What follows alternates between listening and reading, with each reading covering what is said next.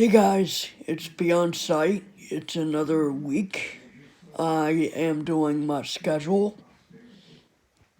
The thing I gotta do is try and find out what days of the week I'm gonna do it. Because, like I said, on the week where I do one video a week, that is when I might do it on Thursdays or Fridays, depending on what happens.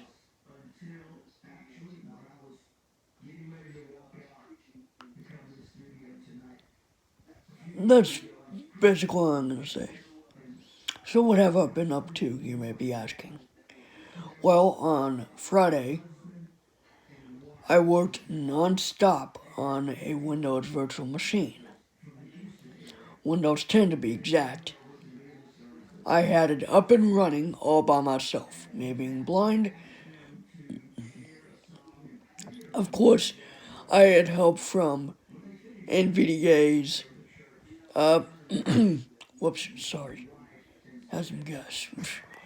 Anyways, I had help from NVDA's OCR functionality, which means I believe it has something to do with it it gets the information from the something that is not in my case a virtual machine that does not have any audio feedback. Uh,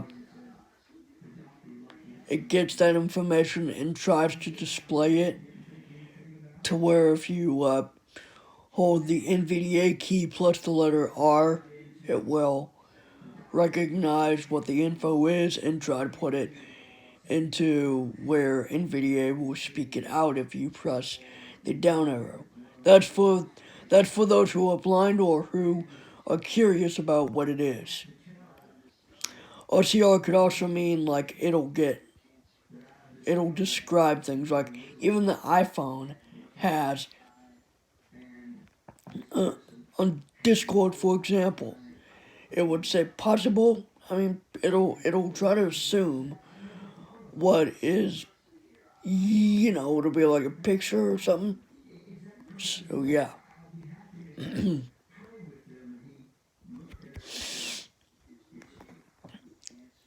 It'll try to describe something, or yeah, describe something that's either on the screen or whatever. But I'm done with Windows XP. I moved on from Windows XP to Windows 10 because I heard you can get a VM for it, and I wondered how.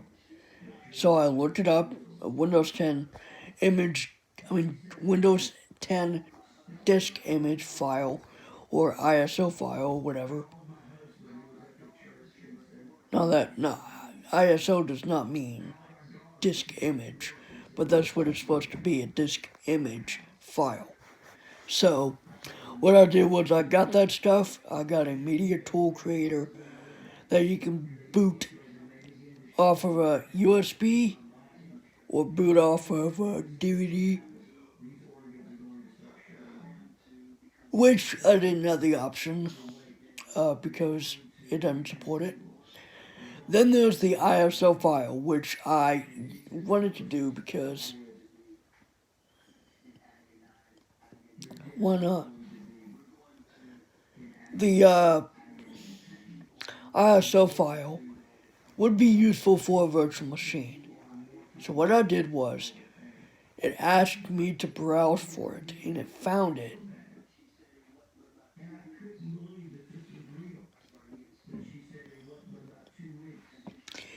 It said Windows 10 discovered. And then when it went to the English stuff, the set your language and set your keyboard, or whatever the heck it was, I pressed Control, Windows, and Enter.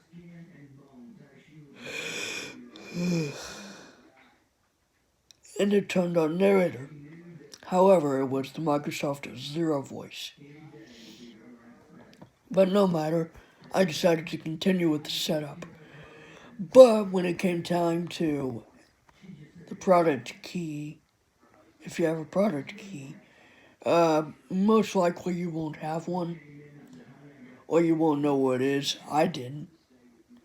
So I just decided there is an option to where it says, there's an option key, there's an option that says, I don't have a project key, and then it'll just continue with the setup.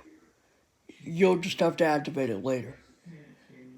Same thing with Windows 8. You can activate it, you could set it up without activation, but you still have to activate it.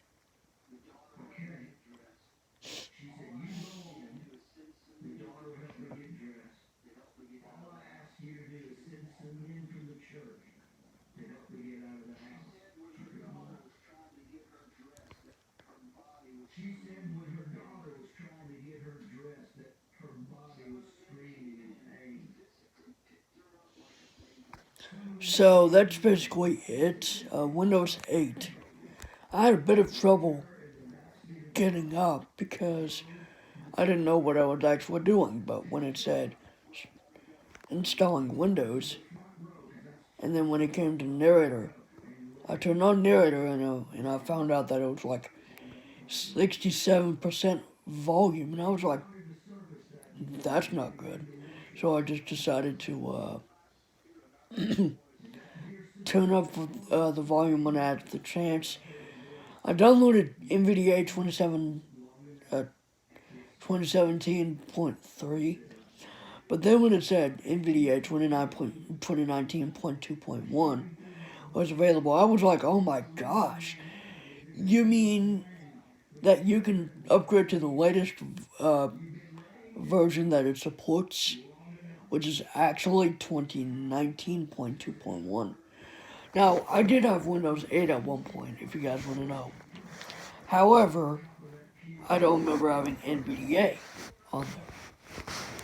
But Windows 8 is still being supported, if you don't know. It may not have lasted long like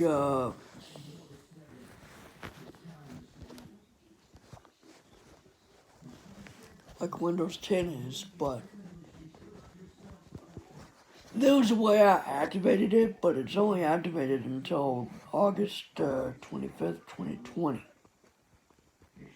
So then I gotta find another way to get it. Now there is a way you can change the product key, and I might do that once it expires, but for now, I have activated Windows 8 and Windows 10, both. There's a code online, and you can find it by going to bit.ly. I think it's bit.ly / Windows TXT, I think. If I'm wrong, let me know in the comments, but I don't think it's illegal. But I did get it activated. There's no way I'm going to, there's no way I'm going to, get in trouble for that, I don't think. There's no police email that says, hey, be on site, you're in trouble for activating Windows with a code. I did not even get that email. In fact, I don't even know if they even email people about it. Actual Microsoft would email people, but only if the people requested, like, recovery stuff or whatever the heck.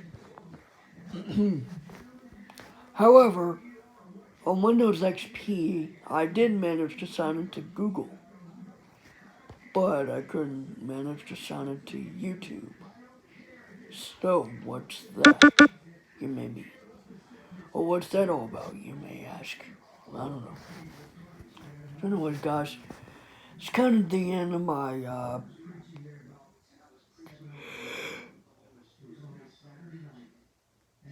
experience. So, this has been On Site, and I think I'll see you the next time I do a video.